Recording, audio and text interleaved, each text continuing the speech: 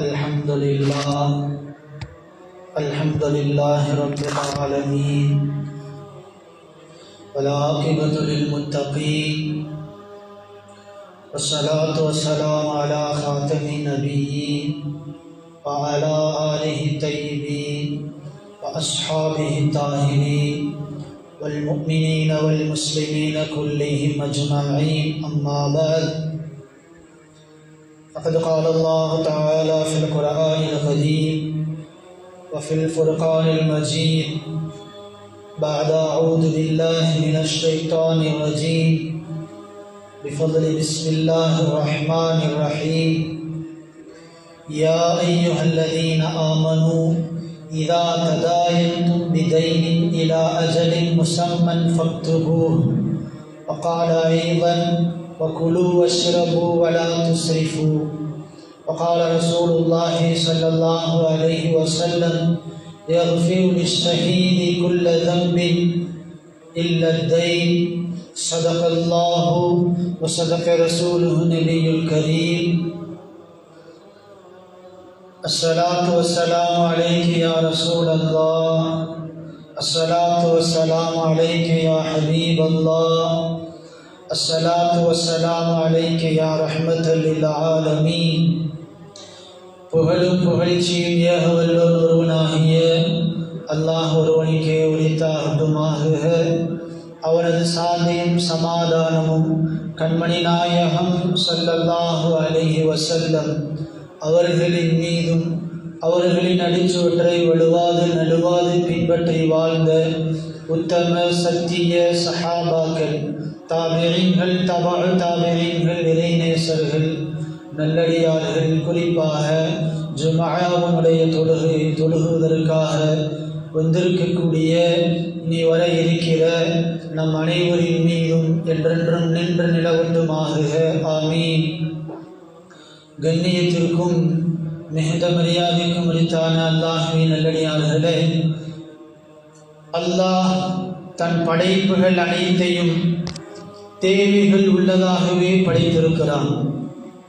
இனத்தை பொறுத்து, இடத்தை பொறுத்து தேவைகள் மாறுபடுமே தவிர தேவைகள் என்பது எல்லா படைப்புகளுக்கும் பொதுவானதாகும்.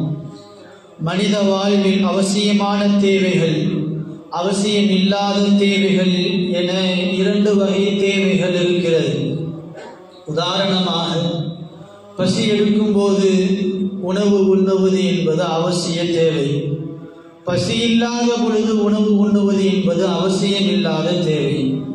பசி இருக்கின்ற பொழுது உணவு உண்ணுகின்ற பொழுது அந்த உணவு வீணாக ஆகாது, அது உடலுக்கு ஆரோக்கியத்தை தரும்.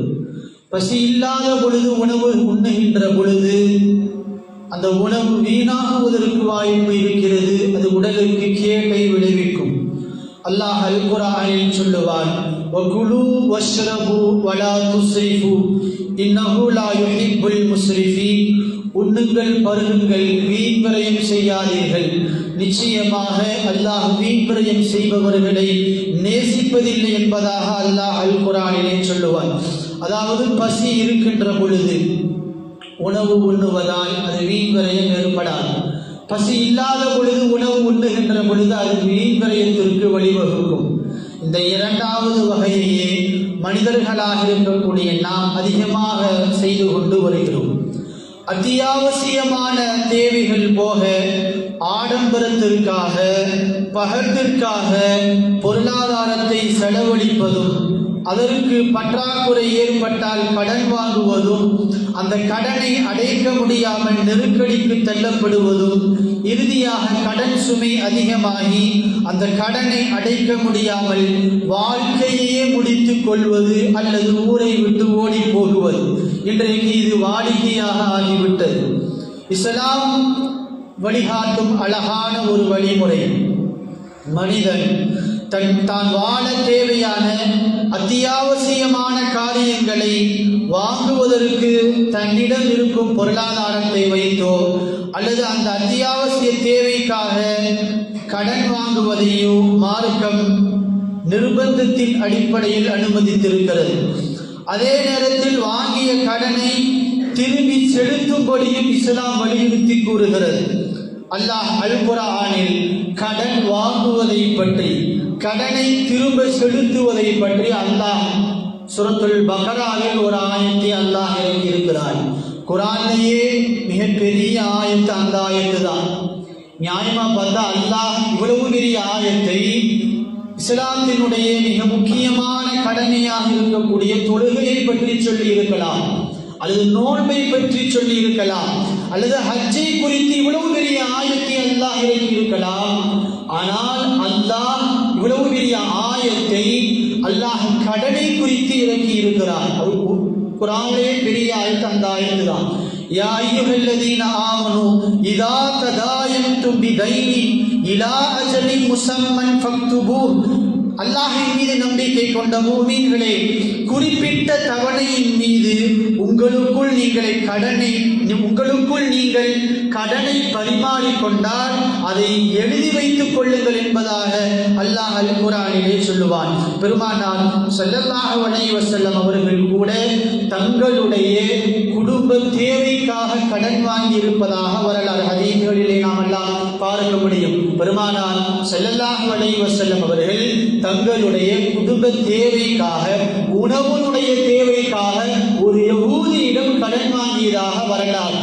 அதற்காக பெருமானார் ஸல்லல்லாஹு அலைஹி வஸல்லம் அவர்கள் தங்களுடைய போர் அந்த இரும்பு கவசத்தை அடமானமாக அந்த யூதனிடம் வைத்து உணவு தேவைக்காக பெருமானார் ஸல்லல்லாஹு அலைஹி வஸல்லம் அவர்கள் கடன் வாங்கினார்கள். இது பெருமானார் ஸல்லல்லாஹு அலைஹி வஸல்லம் அவர்கள் தங்களுடைய குடும்ப தேவைக்காக, அதிலும் உணவு தேவைக்காக கடன் வாங்கியதாக வரலாறு. தேவைக்கான பொருளாதாரத்தை ஈட்டுவதும், தேவைக்கு ஏற்ப அந்த பொருளாதாரத்தை தேவைகளுக்காக செலவழிப்பதும், அதற்கு மாற்றமாக முடியாத பட்சத்திலே கடன் வாங்குவதை மார்க்கம் நமக்கு அனுமதி அளித்திருக்கிறது. ஆனால் ஆடம்பரத்திற்காக கடன் வாங்கவும், தன்னை கஷ்டத்தில் ஆக்கிக் கொள்வதை மார்க்கம் எல்லளவும் அனுமதிக்கவில்லை என்பதை நாம் எல்லாம் விளங்கிக் கொள்ள கடமைப்பட்டிருக்கிறோம். பெருமானார் ஸல்லல்லாஹு அலைஹி வஸல்லம் அவர்கள் கூறியதாக சல்மான் ஃபாரிஸி ரலியல்லாஹு அன்ஹு அவர்கள் அறிவிக்கிறார்கள். நஹானா ரசூலுல்லாஹி ஸல்லல்லாஹு அலைஹி வஸல்லம் அன் நதகல்லஃப லில்லைஃப். பெருமானார் ஸல்லல்லாஹு அலைஹி வஸல்லம் அவர்கள் எங்களை தடுத்தார்கள், ஒரு விருந்தாளிக்கு கடன் வாங்கி ஆடம்பரமாக விருந்து உபசரிப்பதை பெருமானார் ஸல்லல்லாஹு அலைஹி வஸல்லம் அவர்கள் எங்களை தடுத்தார்கள் என்பதாக சல்மான் ஃபாரிஸி ரலியல்லாஹு அன்ஹு அவர்கள் அறிவிக்கிறார்கள். ஒரு விருந்தினரை உபசரிக்கும் போது நம்மிடம் என்ன இருக்கிறதோ அதை வைத்துத்தான் அந்த விருந்தினருக்கு அன்பான முறையிலே உபசரிக்க வேண்டுமே தவிர, பேருக்காக புகழுக்காக பல உணவு பதார்த்தங்களை செய்வதற்காக கடன் வாங்கி விருந்து உபசரிப்பதை பெருமானார் ஸல்லல்லாஹு அலைஹி வஸல்லம் அவர்கள் தடுத்தார்கள் என்பதாக இந்த ஹதீஸிலிருந்து நாம் விளங்க வேண்டிய படிப்பினை. திருமணங்கள் இன்றைக்கு அவ்வளவு வீண்வரையும் செய்யப்படுகிறது. திருமணங்களில் அவ்வளவு கடன்கள் வாங்கப்படுகிறது. அடுத்தவர்களுக்காக, பேருக்காக, புகழுக்காக, ஆடம்பரத்திற்காக, பகத்திற்காக இன்றைக்கு நடுத்தரவாதிகள் ஏராளமான முறையிலே கடன் வாங்கி திருமணம் செய்வதை நாம் எல்லாம் கண்கூடாக பார்க்கிறோம். விருந்து உபசரிப்பதில் கூட பெருமானார் ஸல்லல்லாஹு அலைஹி வஸல்லம் கடன் வாங்கி விருந்து உபசரிப்பதை, ஆடம்பரத்திற்காக கடன் வாங்கி விருந்து உபசரிப்பதை பெருமானார் ஸல்லல்லாஹு அலைஹி வஸல்லம் அவர்கள் தடுத்திருக்கிறார் என்பதை நாம் எல்லாம் விளங்கிக் கொள்ள கடமைப்பட்டிருக்கிறோம். அன்பான பெருமக்களே, ஆடம்பரம் என்பது வேறு, அத்தியாவசிய தேவை என்பது வேறு என்பதை புரிந்து கொண்டு வருமானத்திற்குள் நம்முடைய தேவையை சுருக்கிக் கொண்டு வாழக்கூடிய நல்ல பக்குவத்தை நாம் எல்லாம் பழகிக்கொள்ள கடமைப்பட்டிருக்கிறோம். அன்பான பெருமக்களை, பொதுவாக கடன் என்பது மன நிம்மதியை இழக்க செய்துவிடும். அளவுக்கு அதிகமாக கடன் வாங்கக்கூடிய தன்மை நம்முடைய உள்ளத்திலே மன நிம்மதியை இழக்க செய்துவிடும். வரலாற்றில் ஒரு நிகழ்வு, பெருமானார் ஸல்லல்லாஹு அலைஹி வஸல்லம் அவர்கள் தொழுகை இல்லாத ஒரு நேரத்திலே மஸ்ஜிது நபவிக்குள்ளே பெருமானார் ஸல்லல்லாஹு அலைஹி வஸல்லம் அவர்கள் வருகிறார்கள். அந்த நேரத்திலே அன்சாரி சஹாபாக்களில் ஒருவரான அபூ உமாமா ரலியல்லாஹு அன்ஹு அவர்கள் உள்ள இருக்கிறார். ரொம்ப கவலையோடு உட்கார்ந்து இருக்கிறார். பெருமானார் ஸல்லல்லாஹு அலைஹி வஸல்லம் வந்து சஹாபியை பார்த்து கேட்டாங்க, அபு உமாமா, தொழுகையினுடைய நேரம் இல்லையே, ஏன் இப்ப வந்து பள்ளிவாசலுக்கு உள்ள உட்கார்ந்து இருக்கிறீங்கன்னு கேட்டவனே அபு உமாமா ரலியல்லாஹு அன்ஹு அவர்கள் சொன்னார்கள், யா ரசூலல்லாஹ், என்னை சூழ்ந்துள்ள கவலைகளும் என் மீது உள்ள கடன் சுமைகளுமே இங்க வந்து உட்கார்ந்து இருக்கிறதுக்கு காரணம், நான் கவலையோடு அமர்ந்திருப்பதற்கு காரணம். யார் இந்த அபு உமாமா? மிகச்சிறந்த ஒரு சஹாபி. தன்னை நாடி வருபவர்களுக்கு இல்லை என்று சொல்லாத வாரி வாரி வழங்கக்கூடிய வல்லர் சஹாபி அபு உமாமா ரலியல்லாஹு அன்ஹு அவர்கள். அவ்வளவு தர்மஹர்த்தா என்று சொல்லலாம். அந்த அளவுக்கு தர்மம் செய்யக்கூடிய அபு உமாமா ரலியல்லாஹு அன்ஹு அவர்கள் கடன் சுமையின் காரணமாக பள்ளிவாசலுக்குள்ள வந்து உட்கார்ந்து இருக்கிறாங்க. அபு உமாமா ரலியல்லாஹு அன்ஹு அவர்களுக்கு பெருமானார் ஸல்லல்லாஹு அலைஹி வஸல்லம் அவர்கள் ஒரு துஆவை கற்றுக் கொடுத்தார்கள். அல்லாஹும்ம இன்னி அஊது பிக மினல் ஹம்மி வல் ஹுஸ்ன் வ அஊது பிக மினல் அஜ்ஸி வல் கஸ்ல் வ அஊது பிக மினல் ஜுப்னி வல் புஹல் வ அஊது பிக மின் கலபத்தி தைனி வ கஹ்ர் ரிஜால். யா அல்லாஹ், என்னால் அடைக்க முடியாத கடன் சுமையை குறித்து உன்னிடத்திலே நான் பாதுகாப்பு தேடுகிறேன் என்ற வசனம் முடிவடையக்கூடிய இந்த துஆவை பெருமானார் ஸல்லல்லாஹு அலைஹி வஸல்லம் அவர்கள் அபு உமாமா ரலியல்லாஹு அன்ஹு அவர்களுக்கு கற்றுக் கொடுத்தார்கள். இந்த துஆ அந்த சஹாபிக்கு மாத்திரமல்ல, நமக்கும் பொருந்தும். நாமும் இந்த துஆவை அதிகமாக கேட்டுக்கொண்டே இருக்க வேண்டும். அல்லாஹ் கடன் சுமையிலிருந்தும் நம்மை பாதுகாப்பான். அன்பான பெருமக்களே, ஆடம்பரத்திற்காகவோ பகட்டிற்காகவோ அந்த சஹாபி கடன் வாங்க, தன்னை நாடி வருபவர்களுக்கு இல்லை என்று சொல்லாமல் வாரி வாரி வழங்கினார்கள் தங்களுடைய செல்வத்தை. அதனால் அவர்கள் கடனாளியானார்கள். அந்த கடனை போக்குவதற்காக பெருமானார் ஸல்லல்லாஹு அலைஹி வஸல்லம் இந்த துஆவை கற்றுக் கொடுத்தார். நாம் எல்லாம் யோசிக்க வேண்டும். இன்றைக்கு நாம் தேவையில்லாமல் ஆடம்பரத்திற்காக, அத்தியாவசிய தேவையில்லாமல் எவ்வளவோ நபர்கள் எவ்வளவோ லட்சங்களை, ஆயிரக்கணக்கான ரூபாய்களை கடனாக வாங்குகிறோம் அல்லவா? நாம் எல்லாம் விளங்கிக் கொள்ள கடமைப்பட்டிருக்கிறோம். அன்பான பெருமக்களே, கடன் நம்முடைய நிம்மதியை குலைக்க செய்துவிடும். அளவுக்கு அதிகமாக கடன் வாங்குவது என்பது நம்முடைய உள்ளத்தில் நிம்மதியை இழக்க செய்துவிடும். அன்பான பெருமக்களே, என்றைக்கு இஎம்ஐ ஆஃபர் வந்ததோ, easy instalment offer, EMI equated monthly instalment என்று சொல்லப்படக்கூடிய மாதம் தவணை முறையிலே பணத்தை கட்டி பொருளை வாங்கிக் கொள்ளலாம் என்ற இந்த பழக்கம் இன்றைக்கு அறிமுகப்படுத்தப்பட்டதோ, அன்றைக்கே நம்முடைய வாழ்க்கையில் ஆடம்பரமான தேவைகள், ஆடம்பரத்திற்காக செலவு செய்யக்கூடிய பழக்கம் அதிகமாகிவிட்டது. இருக்கிறவை வீட்டில் இருக்கிறத பார்த்து இல்லாதவை வீட்டிலையும் நாமும் இந்த பொருட்களை வாங்கி குவிக்க வேண்டும் என்ற இந்த தன்மை வந்ததற்கு காரணம் இந்த இஎம்ஐ. அன்பான பெருமக்கள், அதற்காக அவர்கள் செய்யக்கூடிய விளம்பரம், பக்கத்து வீட்டில் டேபிள் மேட் வாங்கிட்டாங்க, நீங்க வாங்கலையா? எதிர்த்த வீட்டில் டேபிள் மேட் வாங்கிட்டாங்க, நீங்க வாங்க. இதுவெல்லாம் அவர்கள் நம்மை கடலில் தள்ளுவதற்கு அவர்களுடைய யுக்தி. நாம் விளங்கிக் கொள்ள வேண்டும். தேவைக்கு தகுந்தவாறு, வருமானத்திற்கு தகுந்தவாறு நம்முடைய தேவைகளை சுருக்கிக் கொண்டு வாழ பழகிக் கொள்ள வேண்டுமே தவிர, இருப்பவர்கள் செலவு செய்கிறார் என்ற காரணத்தினால் நாமும் கடன் வாங்கி செலவு செய்ய வேண்டும் என்ற அந்த மனநிலைக்கு நம்முடைய மனதை தள்ளிவிடக் கூடாது. அப்படி தள்ளிவிட்டால் நிச்சயமாக நம்முடைய நிம்மதி இழந்து விடுவோம் என்பதை நாம் எல்லாம் விளங்கிக் கொள்ள கடமைப்பட்டிருக்கிறோம். அன்பான பெருமக்களே, கடன் தலைக்கு மேல் சுமையாகின்ற பொழுதுதான் மனிதன் தவறான முடிவுகளை எடுத்து விடுகிறார். எத்தனையோ செய்தித்தாள்களை படித்திருக்கிறோம் அல்லவா? கடன் சுமை அதிகமாகிவிட்டதின் காரணத்தினால், கடனை திருப்பி செலுத்த முடியாத காரணத்தினால் எத்தனையோ முஸ்லிம் குடும்பங்கள் தவறான முடிவை எடுத்து தற்கொலை செய்து கொள்ளக்கூடிய ஒரு மிக மோசமான ஒரு சூழ்நிலைக்கு தள்ளக்கூடிய பழக்கம் கடன் வாங்குதல். இன்னைக்கு நிறைய நபர்களுக்கு கடன் வாங்குவதே வாடிக்கையாயிடுச்சு. ஈஸியாக சுலபமாக கடன் வாங்கக்கூடிய அந்த பழக்கம் இன்றைக்கு நிறைய நபர்களுக்கு அதிகமாகிவிட்டது. அன்பான பெருமக்களே, தன் சக்திக்கு மீறி கடன் வாங்கி வியாபாரம் செய்பவர்களும் ஆடம்பரமான வாழ்க்கை முறையை மேற்கொள்பவர்களும் தான் இந்த ஆபத்தில் சிக்கிக்கொள்கிறார் என்பதை நாம் எல்லாம் விளங்கிக் கொள்ள கடமைப்பட்டிருக்கிறோம். அன்பான பெருமக்களே, ஆடம்பரம் இல்லாத வாழ்க்கை நிச்சயமாக நிம்மதியை தரும் என்பதில் வரலாற்றில் ஒரு நிகழ்வு. உமர் ரலியல்லாஹு அன்ஹு அவர்கள் இஸ்லாத்தினுடைய சாம்ராஜ்யத்தில் மிகப்பெரிய ஒரு பரந்த தேசத்தை கட்டி ஆண்டவர்கள், இரண்டாவது ஹலீஃபா உமர் ரலியல்லாஹு அன்ஹு அவர்கள் மிகச்சிறந்த ஹலீஃபா என்று சொல்லலாம். அவ்வளவு பிரம்மாண்டமான மிகச்சிறந்த ஒரு பெரிய தேசத்தை ஆண்ட உமர் ரலியல்லாஹு அன்ஹு அவர்கள், மதீனாவை தலைமையிடமாக கொண்ட ஆண்ட உமர் ரலியல்லாஹு அன்ஹு அவர்களை சந்திப்பதற்காக பாரசீகத்தினுடைய ஒரு பிரதிநிதி, ஒரு வெளிநாட்டு தூதுவர் மதீனாவிற்கு வர்றார். வந்த பொழுது அவருக்கு ஒரு எண்ணம், இவ்வளவு பெரிய பிரம்மாண்டமான இஸ்லாமிய சாம்ராஜ்யத்தை கட்டி ஆளக்கூடிய ஒரு ஜனாதிபதியை நாம பார்க்க வர்றோம். நிச்சயமாக உமர் ரலியல்லாஹு அன்ஹு அவர்கள் ரொம்ப ஆடம்பரமாக இருப்பாங்க, மிக பிரம்மாண்டமான அரண்மனைக்குள்ள இருப்பாங்க. ஒரு பெரிய ஒரு கற்பனையோடு அந்த வெளிநாட்டு தூதர் வந்தார். மதீனாவுக்குள்ள வந்து கேட்டாங்க, ஜனாதிபதியினுடைய வீடு எங்க இருக்குன்னு கேட்டவனே மக்கள்லாம் சொன்னாங்க, ஜனாதிபதி உமரனுடைய வீடா, அங்கிட்டு போய் பாருங்கன்னா.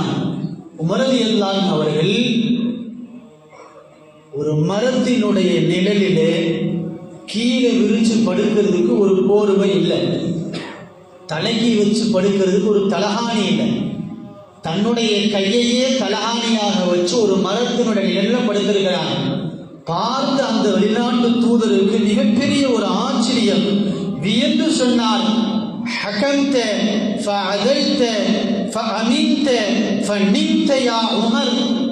உமர் ரலியல்லாஹு அன்ஹு அவர்களே, நீங்கள் ஆடம்பரம் இல்லாத ஆட்சியை செய்தீர்கள், நீதியை நிலைநாட்டினீர்கள், அதனால் அச்சமில்லாமல் நீங்கள் உறங்கிக் கொண்டிருக்கிறீர்கள். எங்களுடைய நாட்டிலே ஆளக்கூடிய மன்னர் வமுலூகுனா யஹ்குமூன ஃபயظلمூன ஃபயஹாஃபூன ஃபயஸ்ஹரூன, எங்களுடைய மன்னர்கள் எல்லாம் ஆடம்பரமான ஆட்சியை செய்து கொண்டிருக்கிறார்கள், அநீதம் செய்து கொண்டு ஆட்சி நடத்தி கொண்டிருக்கிறார்கள், அதனால் அவங்களுக்கு நிம்மதியான உறக்கம் இல்லை என்பதாக வெளிநாட்டு தூதர் உமர் ரலியல்லாஹு அன்ஹு அவர்களை பார்த்து சொன்னதாக வரலாறு. எனவே அன்பான பெருமக்களை, கடனில்லாத ஒரு வாழ்க்கை, தேவைக்கு தகுந்தவாறு, வருமானத்திற்கு தகுந்தவாறு தன்னுடைய வாழ்க்கையை சுருக்கிக் கொண்டு வாழக்கூடிய நபர்களுக்கு நிச்சயமாக அல்லாஹ் மன நிம்மதியான வாழ்க்கையை தருவான் என்பதை நாம் எல்லாம் விளங்கிக் கொள்ள கடமைப்பட்டிருக்கிறோம். அன்பான பெருமக்களை, கடன் கபருடைய குளிர்ச்சியை எடுத்துவிடும்.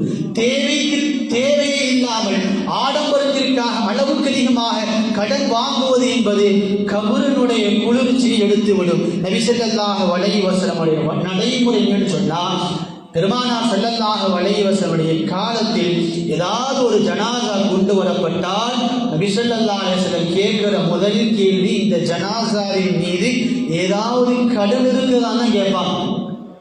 நபியினுடைய நடைமுறை. பெருமானார் ஸல்லல்லாஹு அலைஹி வஸல்லம் இப்படி கேட்க மாட்டாங்க, இந்த மனிதர் தினமும் ஒழுங்காக தொழுதாரா, ரம்ஜான்ல நோன்பு வச்சாரா, ஹஜ் செஞ்சாரா, ஜகாத் கொடுத்தாரா கேட்க மாட்டாங்க. பெருமானார் ஸல்லல்லாஹு அலைஹி வஸல்லம் நடைமுறை, ஜனாசா கொண்டு வரப்பட்டால் இந்த ஜனாசாவின் மீது ஏதாவது கடன் இருக்கிறதா என்பதாக பெருமானார் ஸல்லல்லாஹு அலைஹி வஸல்லம் முதலாக கேள்வி கேட்பாங்க. கடன் இருக்குதுன்னு சொன்னாங்கன்னா பெருமானார் ஸல்லல்லாஹு அலைஹி வஸல்லம் தொழ வைக்க மாட்டாங்க, நீங்களே தொலை வச்சுட்டேன்னுவாங்க. அவ்வளவு தூரம் பெருமானார் ஸல்லல்லாஹு அலைஹி வஸல்லம் அவர்கள் கடனை குறித்து இவ்வளவு எச்சரிக்கை செய்தார்கள். ஒரு தடவை ஒரு ஜனாசா கொண்டு வரப்பட்டது. இதையே பெருமானார் ஸல்லல்லாஹு அலைஹி வஸல்லம் கேட்டாங்க.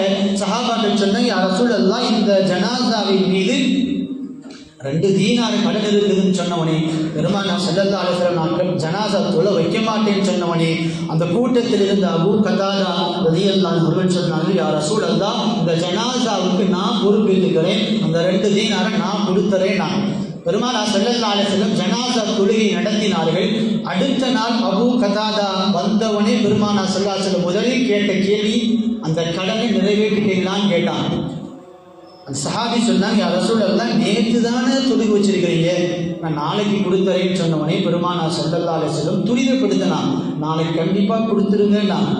அடுத்த நாள் அந்த சஹாபி வந்தவனே பெருமானார் ஸல்லல்லாஹு அலைஹி வஸல்லம் கேட்டாங்க, கொடுத்துட்டீங்களான்னு கேட்டவனே அந்த சஹாபி, யா ரசூலல்லாஹ், அந்த 2 தீனாரை கொடுத்துட்டேன்னு சொன்ன உடனே பெருமானார் ஸல்லல்லாஹு அலைஹி வஸல்லம் சொன்னார்கள், இப்பொழுதுதான் அந்த ஜனாசாவுடைய கபரு குளிர்ச்சியானது என்பதாக பெருமானார் ஸல்லல்லாஹு அலைஹி வஸல்லம் அவர்கள் சொன்னார். அன்பான பெருமக்களே, கடனாளியாக மரணிப்பது என்பது மிகப்பெரிய ஒரு ஆபத்து. ஷஹீதாக இருந்தாலும் கூட அந்த ஷஹீது கடனாளியாக இருந்தால் அல்லாஹ் அந்த கடனை மன்னிக்க மாட்டான். யக்ஃபிரு ஷஹீதி குல்ல தம்பின் இல்ல தை. பெருமானார் ஸல்லல்லாஹு அலைஹி வஸல்லம் சொன்னார்கள், ஷஹீதாக இருந்தாலும் கூட அந்த ஷஹீதுடைய எல்லா பாவத்தையும் அல்லாஹ் மன்னித்து விடுவான். இல்ல தை கடனை தவிர என்பதாக பெருமானார் ஸல்லல்லாஹு அலைஹி வஸல்லம் சொன்னார். இவ்வளவு தூரம் கடனை பற்றி எச்சரிக்கை செய்துள்ள மார்க்கம் தேவையற்ற கடன்களை விட்டும் விலகி தேவைக்கு போதுமான கடனை வாங்குவதற்கும் அதிலும் வட்டி இல்லாத கடனை வாங்குவதற்கும் தான் மார்க்கம் அனுமதித்திருக்கிறது. அதே போன்று கடனை திருப்பி செலுத்த வேண்டும் என்ற எண்ணத்தில் கடன் வாங்க வேண்டும். இன்னைக்கு நிறைய நபர்களை பார்க்கிறோம், கடனை வாங்குறாங்க, அந்த கடனை திருப்பி செலுத்தக்கூடிய எண்ணம் அவங்களுக்கு இல்லை. எத்தனையோ நபர்கள் கடனோடு மரணத்திற்கு அல்லாஹ் பாதுகாக்க வேண்டும். நாளை மறுமையில் அவர்கள் நிலை எந்த அளவுக்கு மோசமானதாக இருக்கும் என்பதை நம்மளால் யோசிக்க கடமைப்பட்டிருக்கிறோம். யார் திரும்ப செலுத்த வேண்டும் என்ற எண்ணத்தோடு அடுத்தவருடைய பணத்தை கடனாக வாங்குகிறாரோ அல்லாஹ் அவருக்கு திருப்பி செலுத்தக்கூடிய அந்த பாக்கியத்தை, அந்த கடனை திருப்பி செலுத்தக்கூடிய பாக்கியத்தை வழங்குவார். யார் அடுத்தவரிடத்திலே பணத்தை வாங்கி கொண்டு திருப்பி செலுத்தக்கூடாது என்ற எண்ணத்திலே வாங்குகிறாரோ அல்லாஹ் அவருடைய செல்வத்தை அடித்து விடுவார் என்பதாக பெருமானார் ஸல்லல்லாஹு அலைஹி வஸல்லம் அவர்கள் சொன்னார். அன்பான பெருமக்களே, கடனாக இருப்பதற்கு கடனாளியாக இருப்பவர்களுக்கு உதவி செய்வது கூட மார்க்க வழிகாட்டக்கூடிய நல்ல பழக்கம். யாரெல்லாம் கடன் சுமையிலே சிக்கி தவிக்கிறார்களோ அவருடைய கடன் சுமையை நீக்குவதும் கூட மார்க்க ஒரு சிறந்த தர்மமாக சொல்லித் தருகிறது. அபூ கதாதா ரலியல்லாஹு அன்ஹு ஒரு மனிதர் கடன் வாங்கினார். கடனை திருப்பி செலுத்தலுக்கு அவருக்கு முடியல, வசதி இல்லை. எப்பொழுதெல்லாம் அபூ கதாதா ரலியல்லாஹு அன்ஹு அந்த மனிதனுடைய வீட்டுக்கு போறாங்களோ உள்ள போய் ஓடி ஒளிச்சு போற அந்த மனிதர் அவ்வளவு ஏழ்மையான மனிதர், கடனை திருப்பி செலுத்துவதற்கு அவருடைய வருமானம் இல்லை, வசதி இல்லை. ஒரு தடவை அபூ கதாதா ரலியல்லாஹு அவர்கள் அந்த மனிதரிடத்தில் சத்தம் போட்டு ரொம்ப திட்டுறதுக்காக வீட்டுக்கு போவாங்க. எப்படியாவது இன்னைக்கு வாங்கிடணுங்கிற நோக்கத்துல போவாங்க. ரொம்ப சத்தம் போட்டு அபூ கதாதா ரலியல்லாஹு அவர்கள் பேசினவனே வீட்டுக்குள்ள இருந்து அந்த மனிதனுடைய மகன் வேக வேகமாக வெளியே வந்து சொல்லுவார், அபூ கதாதா ரலியல்லாஹு அவர்களுடைய தந்தை உள்ளதான் இருக்கிறாங்க, ஆனா உங்களை பார்ப்பதற்கு வெட்கப்படுறாங்க, திருப்பி செலுத்துவதற்கு என்கிட்ட வசதி இல்லை, பணம் இல்லை என்பதாக சொன்னவனே அபூ கதாதா ரலியல்லாஹு உள்ள போயிட்டு அந்த சஹாபி மனிதரை பார்த்து கேட்பாங்க, உண்மையிலேயே உங்கள்கிட்ட காசு இல்லையான்னு கேட்டவனே அந்த மனிதர் சொல்லுவார், உண்மையிலேயே என்கிட்ட திரும்பி செலுத்துவதற்கு காசு இல்லை அப்படின்னு சொன்னவனே அபூ கதாதா ரலியல்லாஹு அழுது கொண்டே சொல்லுவார்கள், யார் எந்த மனிதர் கடன் வாங்கி அந்த கடனை திருப்பி செலுத்துவதற்கு உண்டான வசதி இல்லையோ அந்த மனிதனுடைய கடனை யார் நீக்குகிறாரோ